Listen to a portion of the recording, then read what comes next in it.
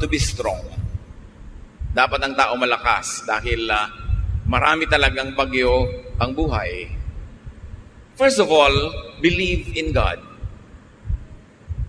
Faith in God, faith in God's justice and grace, faith in God's goodness, and in God's love strengthens people more than anything else could.